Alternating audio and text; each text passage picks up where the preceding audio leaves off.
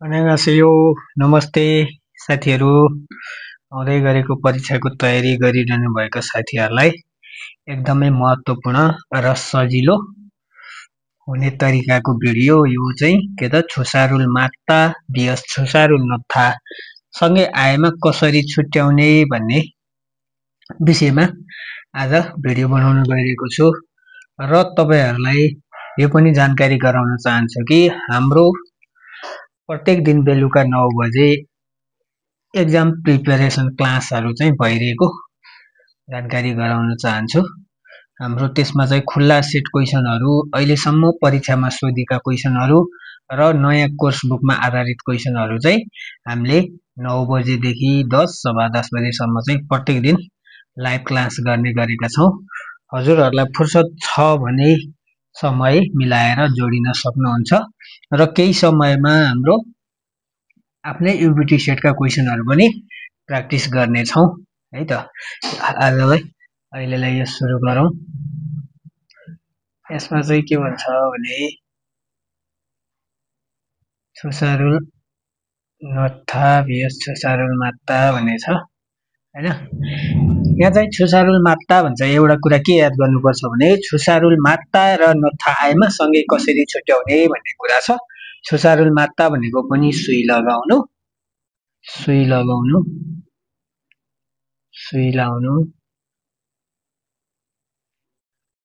अनि छुसारुल नत्था पनि सुई लगाउनु भन्ने हुन्छ अर्थमा सुई लाउनु र कतिखेर त भन्ने अर्थ हुन्छ। अनि छुसारुल मात्राको यो चाहिँ अहिले चाहिँ हजुरहरुलाई पछि यो ऐमा आयो भने पनि काम लाग्छ। फेङे खल्लिजी आन्थोरो भनेको छ रोग नलागोस् भनेर एबाङ हागी उय भनेको छ।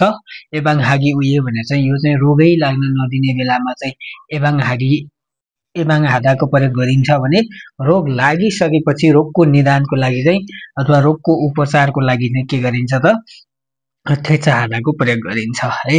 अनि के भन्छ भने फेङे खल्लिजी आन्थोरो भनेको रोग नलागोस् भन्नको लागि भनेर एबाङ हागी उय ह्वान्जा साराम फान्नन छसा भन्छ। यसमा हामीले एउटा कुरा याद गर्नुपर्ने चाहिँ के छ भने यहाँनेरि यति कुरा याद गर्नुभयो भने छुसारुल मात्रा र छुसारुल नत्था आयो भने कहिले पनि बिग्रिदैन। यहाँ के भन्छ भने बिरामीले है बिरामीले अथवा बिरामी वा व्यक्तिले बिरामी वा सारम भनेको व्यक्तिले फान्नन भनेको फात्ता भनेको प्राप्त गर्ने चाहिँ के हो त आफैले लगाउने भन्ने कुरा पनि हुन्छ यसमा।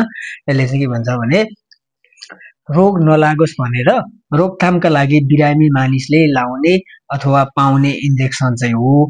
यसको उद्देश्य चाहिँ के हो त भने एबाङ मोक्षक चाहिँ रोकथामको उद्देश्य भन्छ। यो चाहिँ रोगै नलागिकन चाहिँ लगाउने सुई हो।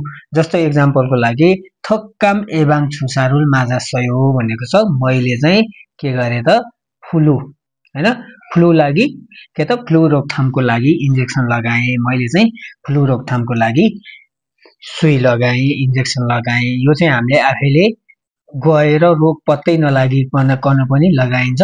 डाक्टरलाई चाहिँ ल लगाइदिनुस् भनेर नर्मली लगाइने कुरा हो। र एबाङ हागी नत्था चाहिँ के हुन्छ भने छुसारुल नत्थामा चाहिँ हेरौँ यहाँ छुसारुल नत्था भनेको को पनि सुई लाउनु नै हो। तर यसले चाहिँ के भन्छ भने इमी फेङे खल्यस भनेको पहिले नै के त पहिले नै रोग लागेर पहिलै फेङ भनेको रोग चाहिँ लागेर हैन खल्यस छिर्यो भनेको चाहिँ रोग लागेर उपचारको लागि। थेचा हागी उय भनेको पनि रोकथामको लागि है रोकथामको लागि चाहिँ उइसा वा खानसा भनेको डाक्टर अथवा नर्सले चाहिँ के गर्छन् त छुनुन छुसा है। हामीले यहाँ के भनेको थियौं माथिकोमा चाहिँ बिरामी अथवा व्यक्तिले भनेको थियौं वान्जा तथा साराम भनेको थियौं। सारामले चाहिँ फान्नुन छुसा। यहाँ चाहिँ उइसा हागो खानसा भनेको छ। उइसा न खानसागा खानसा छुनुन छुसा भनेको छ। यहाँ चाहिँ डाक्टर अथवा नर्सले चाहिँ दिने सुईलाई चाहिँ के भनिन्छ त छुसारुल नत्था भनेछ। पहिले नै रोग लागेको छ वा उपचारका लागि डाक्टर वा नर्सले दिने इन्जेक्सनलाई चाहिँ के भनिन्छ त छुसारुल नत्था भनिन्छ। यसको उद्देश्य चाहिँ के हो त छिर्योमोक्षक भन्छ हैन, छिर्योमोक्षक भन्छ। छिर्योमोक्षक भनेको चाहिँ रोग लागेपछि उपचारको लागि लगाइने सुई हो। अनि हामीले एउटा कुरा के याद गर्नुपर्छ भने यो सँगसँगै साथीहरूलाई के कुरा जोडिने भयो भने यो पछि म त्यो भिडियो पनि बनाउने छु। एबाङ हादा र थेछा हादा चाहिँ कतिखेर प्रयोग गरिन्छ र छिल्यो र छिल्यो भन्ने चाहिँ कतिखेर प्रयोग गरिन्छ भन्ने भिडियो पनि यसपछि आउनेछ। खानो सागा वान्जा एगे छुसारुल नुआसयो भनेको छ हैन। खानो सागा वान्जा एगे छुसारुल नुआसयो भनेको नर्सले चाहिँ बिरामीलाई के गर्नुभयो त सुई लगाइदिनु भयो अथवा सुई लगाइदिन भन्छ। एक्जाम्पल अझै फेङ्गने खान्नन्दे खानो सागा छएगे छुसारुल के हुनु पर्यो त अब के हुने भयो खानो सागा भनेपछि खानो सागा मलाई चाहिँ सुई लगाइदिनु हो भनेपछि हामीले के गर्नु पर्यो त एन्सर नुआसयो गर्नु पर्यो किनकि यहाँ चाहिँ के आछ खानो सागा आछ हैन। खानो सागा छएगे मलाई चाहिँ हैन नर्सले मलाई चाहिँ के गरिदिनु भयो सुई लगाइदिनु भयो भन्ने कुरा छ। अनि 2 नम्बरमा खामगिगा सिमेस भनेछ। खामगिगा सिमेस फेङ्गने खास छुसारुल भनेछ हैन। खामगिगा सिमेस फेङ्गने खास छुसारुल के गर्नु पर्यो त अब हामीले के भनेको थियौं रोग लागेर त्यो रोगलाई चाहिँ नबढोस् भन्नका लागि रोकथामको लागि भनेको छौं हैन। हो एबाङ हागी उही गर्ने सुई चाहिँ के हो त माजासयो भन्छ भनेको छौं। यसमा चाहिँ के भन्नु त माजासयो। खामगिगा सिमेस भनेको खामगिगा सिमेस यसको लागि के गर्नु पर्यो यो चाहिँ डाक्टरलाई देखाएर उपचार गर्नलाई ल मलाई चाहिँ यो गरिदिनुस् त्यो गरिदिनुस् भन्नु पर्दैन। डाक्टरमा गएर छुसारुल के गर्नु पर्यो माजासयो गर्नु पर्यो है। खामगिगा सिमेस थोक्काम छुसा भन्नु र खामगिगा छुसा एउटै हो लगभग है। त्यो भएर यसमा चाहिँ माजासयो माथि चाहिँ नुआसयो। अनि हाम्रो एउटा यसपालिकै न्यू प्याटर्न अनुसारको क्वेशनमा के आएको छ भन्दाखेरि इपिएस स्याम्पल क्वेशनमा यही सम्बन्धी क्वेशन आएको छ। यहाँ हेर्नु होला यहाँ मैले त्यही क्वेशन हालेको छु यहाँ हैन। मोसे भनेको छ मोसे छिल्ल्यासुल्ते नुन भनेको छ किलामा अथवा काँटीमा चाहिँ खुट्टा पर्दाखेरि साङछगा खाबे हुँदो भनेको चोटपटक चाहिँ सानो भए तापनि अथवा हलुका खालको भए तापनि हैन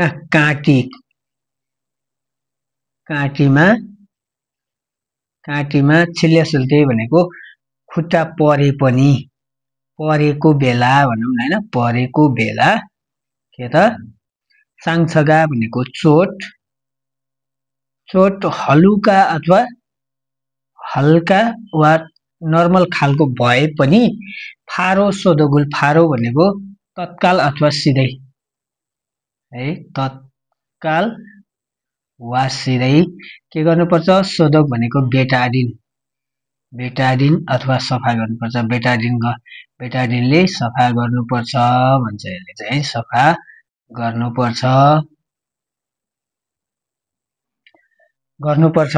खुरीगो र फेङ्गने खास भनेको छ। फेङ्गने भनेको हस्पिटल गएर छिर्योरुल भनेको छ। छिल्योरुल फातको छुसारुल के गर्नु पर्यो त अब यसको एन्सर कति होला 1 नम्बरमा अप्सन मानुनगसी छोसोम्नेदा 2 नम्बरमा नोनुनगसी छोसोम्नेदा अनि 3 नम्बरमा माछी आन्थोरो खाम्नेदा 4 नम्बरमा नोछि आन्थोरो खाम्नेदा भनेको यसले चाहिँ सुई लगाउने कुरा राम्रो हुन्छ।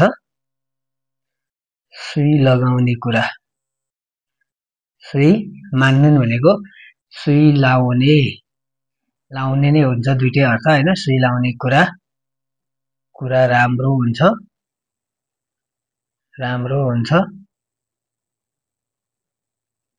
यो चाहिँ के त माछी आन्थोरोग भनेको सुई नलाए पनि हुन्छ। सुई नलगाए पनि हुन्छ भन्छ। यसको एन्सर चाहिँ कति हो भन्ने कुरा यसमा चाहिँ के छ भने अलिकति कन्फ्युजन हुन सक्छ। यहाँ चाहिँ रोग पत्ता लागेपछि लाउने सुई हो कि रोग नलाग्नु भन्दा अगाडि लाउने सुई हो भन्ने कुरामा चाहिँ कन्फ्युजन नहुनु होला। यहाँ के भनेछ भने सोधोकुल हेया हामीले र खुरीको फेङ्गने खाछ छिरियल उल्फातको भनेको छ नि त उपचार पाएपछि चाहिँ सुई लाउने कुरा गरेछ। नुनुन गसी छुसुमिता हो कि भन्ने पनि हुन्छ, मान्नुन गसी छुसुमिता भन्ने पनि हुन्छ हैन। हो यसमा चाहिँ कन्फ्युजन नहुनको लागि हामीले के गर्नु पर्यो त यहाँ छिरियोरुल फातको भनेको छ छुसारोल के त मान्नुन गसी भनेर चाहिँ हामीले चाहिँ एन्सर के गर्नु पर्यो एक लाउनु पर्यो मान्नुन गसी छुसुमिदा है।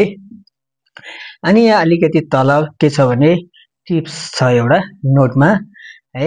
छल्ते छने आजी फेल्लो जस्ता शब्दहरू आउँछन् भने जहिले पनि हामीले के याद गर्नुपर्छ भने यसको पछाडि जहिले पनि नेगेटिभ वाक्य आउँछन् भनेर याद गर्नुपर्छ। यदि यो फिनखानमा काम लाग्छ है साथीहरूलाई, यो फिनखानमा काम लाग्छ, यसले चाहिँ के गर्छ भने जहिले पनि पछाडिको वाक्य नेगेटिभ आउँछ भने अप्सनमा यदि छल्ते छ, छने छ, आजिक छ, फेल्लो छ भने जहिले पनि त्यो शब्दहरू लिन्छ, अरू शब्दहरू लिँदैन है।